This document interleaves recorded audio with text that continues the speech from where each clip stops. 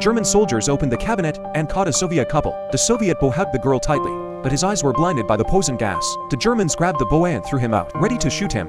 The girl knelt on the ground and begged for mercy, using gestures to tell the Germans that the blind boy was no threat to the Germans. But in the eyes of the German soldiers, as long as they were on the battlefield, they were enemies. In order to protect his beloved girl, the boy picked up a stool and waved it around. Just when the Germans had enough fun and were ready to shoot the bow, a shell hit the building, just blowing the German soldiers to pieces. The girl took the bow's hand and ran away. As long as she ran to the dock, she would be safe. But before she ran far, another shell exploded next to her. This time she was not so lucky. The girl was knocked unconscious by the shell. The boy crawled on the ground, looking for the girl. After a lot of effort, he found her, but he hugged the wrong girl. The boy hugged a woman he didn't know and tried his best to run away. He walked towards the dock by instinct. The German artillery kept exploding around him, but the boy relied on his faith and carried the woman to the dock. He used his last strength to call for help. The boat was full of fleeing people, but no one was willing to lend a helping hand.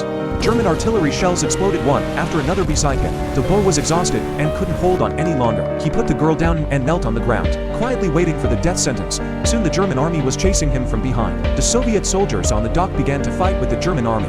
It was at this time that the boy's eyes slowly began to recover. In the end, the Soviet soldiers repelled the German army and saved the boy and the woman. The boy leaned on the boat and hugged the woman tightly. He didn't realize that the woman next to him was not the girl who risked her life to protect him.